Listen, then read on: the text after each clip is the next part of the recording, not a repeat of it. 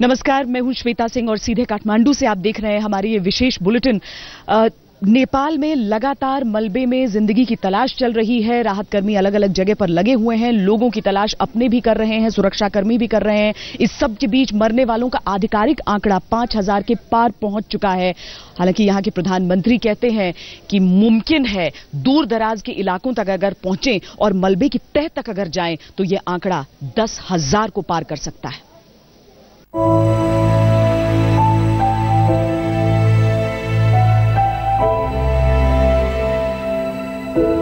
ऊंचे पहाड़ों पर क्षितिज के उस पार सूर्य की सुनहरी रोशनी काठमांडू पर वैसे ही रोज की तरह गिर रही है, लेकिन मानो हताश निराश काठमांडू सोया है उदासी भरी गहरी नींद में। सोच सोच कर कलप उठता है नेपाल का जनमन कि हे रोशनी के देवता, ये खौफनाक दिन फिर ना आए, फिर ना हो तबाही का ऐसा अंधेरा। प्राप्त यस अकल्पनीय दैवी प्रकोप को समाचारपछि भारतका महामहिम प्रधानमन्त्री नरेन्द्र मोदी, विभिन्न देशका राष्ट्र प्रमुख र सरकार प्रमुखहरूले नेपालप्रति सहानुभूति प्रकट गर्दै उद्धार र राहत कालमा सहिष्णुतापूर्वक गर्नुभएको सहयोगको मैले उच्च मूल्याङ्कन गरेको छु। अभी कल की ही तो बात है जब सदियों पुराने नेपाल ने राजशाही का चोला छोड़कर लोकतंत्र के रास्ते पर कदम बढ़ाए थे, लेकिन मानो नेपाल उठ उठकर लड़खड़ा जाता है।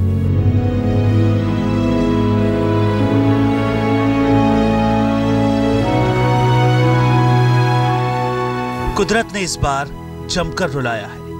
नेपाल के महान अतीत की विरासत से जुड़े भवन खंडहर में तब्दील हो गए हैं। जिस जमीन पर मल, लिच्छवी और शाह वंश के राजाओं ने स्वतंत्रता का अभिनव इतिहास रचा था, आज उसके अवशेष मटिया मेट हो गए हैं। ड्रोन के जरिए आसमान से खंडहर में तब्दील इस यूनेस्को से जुड़ी विश्व विरासत दरबार स्क्वायर को देखिए।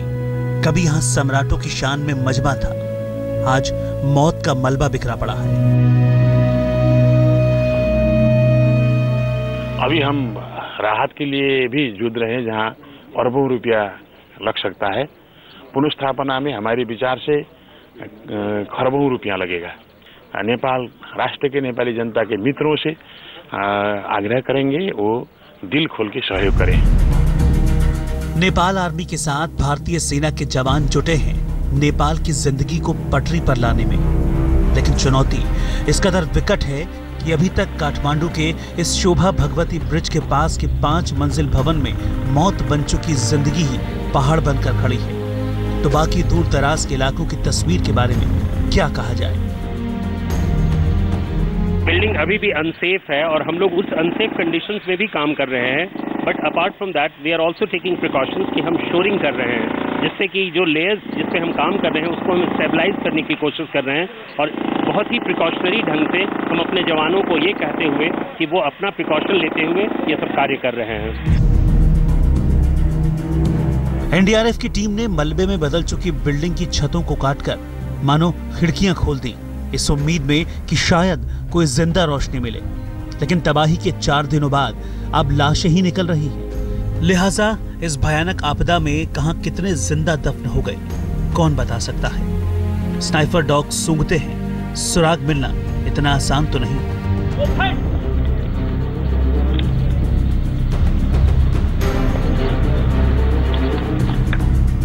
प्रधानमंत्री सुशील कोइराला खुद कह रहे हैं कि मरने वालों का आंकड़ा 10,000 तक पहुंच सकता है, क्योंकि 4 दिनों में काठमांडू और आसपास ही 4,500 के करीब शव मिल चुके हैं।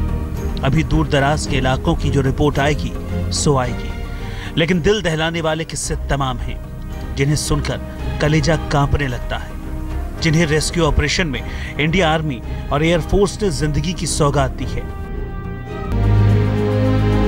लेकिन इस समंगल में भी मंगल के लिए वक्त निकालने वालों की कमी नहीं। नेपाल पटरी पर लौट चला है। इसकी कहानी बयां करते इस युवा नवदंपति का साहस देखिए। मातम के बीच घर में शहनाई बजी है। दूल्हे राजा ने दुल्हन के साथ तय तारीख के मुताबिक शादी रचाकर मानो मृत्यु देवता को ठेंगा दिखाया है। वो इन्केसमेंट हो चुकी, इसलिए इसका कुनै अदल बदल करने के लिए रोकने के लिए ठीक ना होता है, ठीक नहीं है। इसलिए पुरोहित का और पंडित का सलाह से हमने इस कार्यलाई इस दुखद घड़ी में भी संपन्न करना बाध्य होता है। लाखों लोगों की आंसुओं से भर चुकी जिंदगी को फिर से हंसाना कोई आसान काम नहीं है, लेकिन उम्मीद है कि जल्द नेपाल की जिंदगी पटरी पर लौटने लगेगी। बीती रात के अंधेरों की तरह उदासी छंटेगी, क्योंकि जिंदगी का सूर्योदय तो होकर ही रहता है। संजय शर्मा, आमिर हक और मंजीत नेगी के साथ राहुल कमल, काठमांडू, आज तक। नेपाल के किसी भी हिस्से में चले जाएं, वहां तबाही का मंजर साफ साफ नजर आता है। अगर काठमांडू से सटे भक्तापुर को देखें या फिर ललितपुर का हाल देखें या फिर चीन की सीमा तक पहुंच जाएं, तो वहां पर स्थिति बद से बदतर ही नजर आती है। कई ऐसे इलाके हैं जहां पर लोगों को इंतजार है कि राहत और बचाव दल वहां तक पहुंच पाएंगे, लेकिन ये दुर्गम इलाके हैं, वहां तक पहुंच पाना बहुत मुश्किल है। आज तक की टीम चीन से सटे एक ऐसे ही इलाके में पहुंची और वहां का जायजा लिया।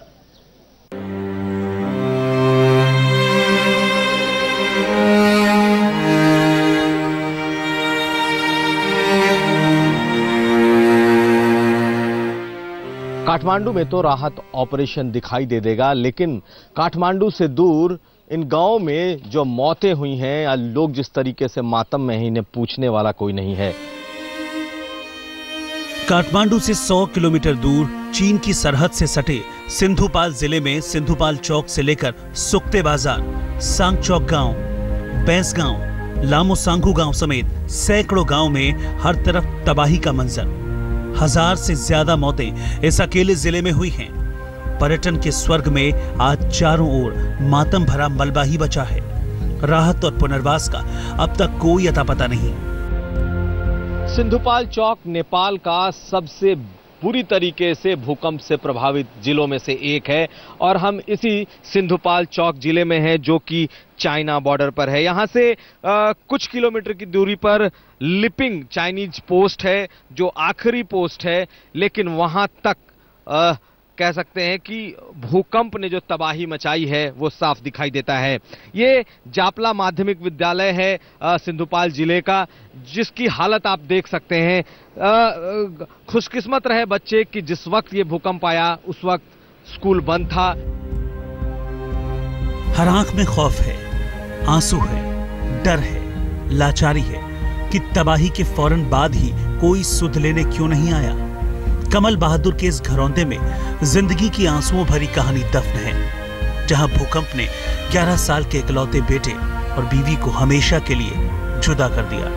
3 दिन तक कमल गुहार लगाता रहा, चिल्लाता रहा, और जब नेपाल आर्मी पहुंची तब तक सब कुछ खत्म हो गया था। लामो सांगू कस्बे में हम हैं, सिंधुपाल जिले के। ये कमल हैं, इनका पूरा का पूरा मकान ध्वस्त हो गया है। इनकी पत्नी और इनके बच्चे इसके अंदर दबे हुए हैं। कब आपको क्या लगता है कि इस मलबे से कुछ मिलेगा? क्या मिलेगा?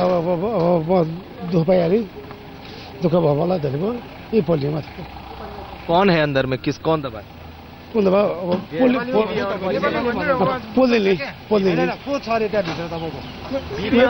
बच्चा मिल सकते हैं, पत्नी और बच्चे। हाँ, मेरे पैसे में धर सकते हैं।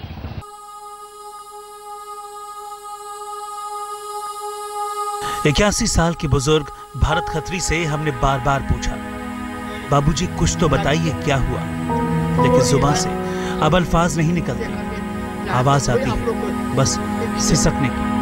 जिंदगी की शाम में जिसके जवान बेटे साथ छोड़ जाएं, आंखों के सामने लाशों का अंबार लग जाए, उसके बोल फूटे भी तो कैसे, क्योंकि हर याद के साथ कलेजा फटकर बाहर निकलने लगता है। अपनों की 14 लाशें ढोई हैं इन बूढ़े कंधों ने। 150 घरों वाले सांगचौक गांव में 145 मकान मटिया मेट हो गए। पूरी बस्ती एक झटके में मरघट में तब्दील हो गई। पूरे गांव में तकरीबन 150 मकान हैं, जिसमें से सिर्फ 5 मकान बचे हैं। बाकी जो तमाम मकान हैं वो ध्वस्त हो चुके हैं। 15 से ज्यादा मौतें हैं इस खत्री थोक गांव में। कई लोगों ने अपने बच्चों को खोया है तो किसी ने अपने पिता को खोया है। ऐसा कभी भी नहीं देखे थे, ये ही जिंदगी में ही देख पाए। ऐसे पहले भी ऐसा भूकंप आता था, कम एक दो घर ऐसे ही कुछ लड़का गिर पड़ता है।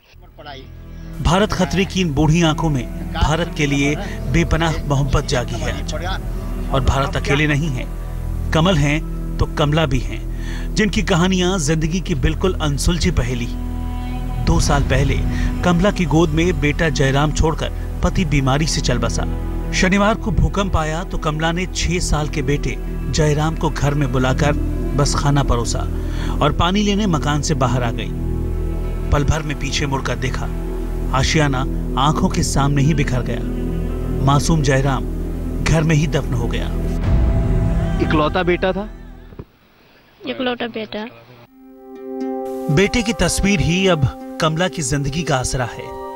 आंसू सूख गए हैं, लेकिन यादें घाव बनकर कलेजे में चिपक गई हैं। सिंधुपाल जिले के जर्रे जर्रे में ऐसा ही दर्द पसरा है।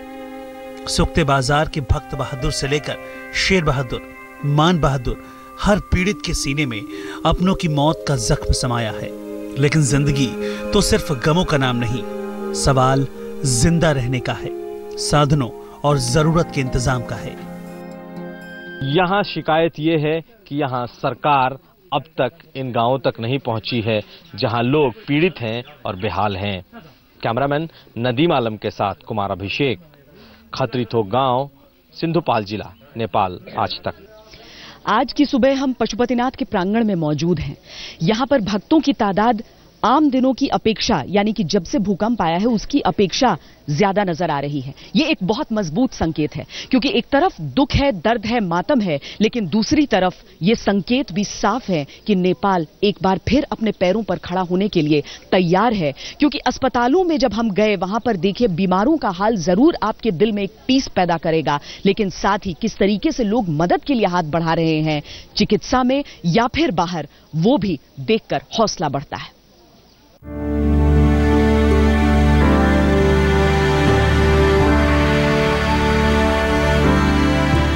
दबे पांव मौत आई थी।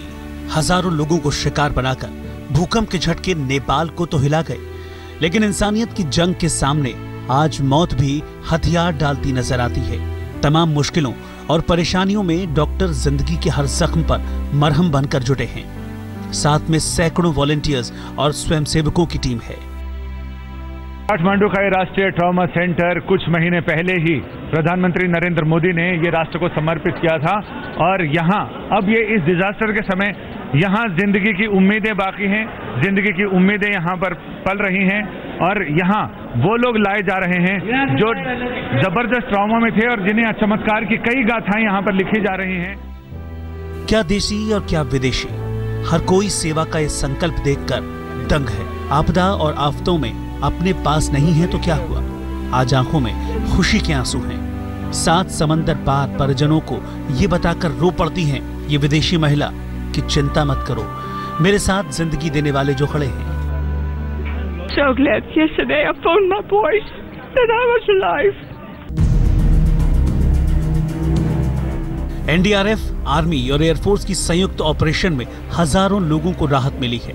जिंदगी की रफ्तार फिर से चल पड़ी है, लेकिन अभी भी काठमांडू और आसपास मलबे का ढेर डराता है। जमींदोज मकानों में दफन जिंदगी बरसात की वजह से अब बजाने लगती है।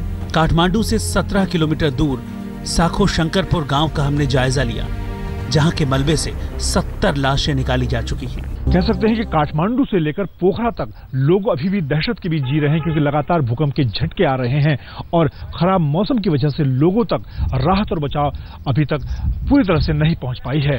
कैमरामैन प्रशांत राय के साथ मंजीत नेगी, पोखरा।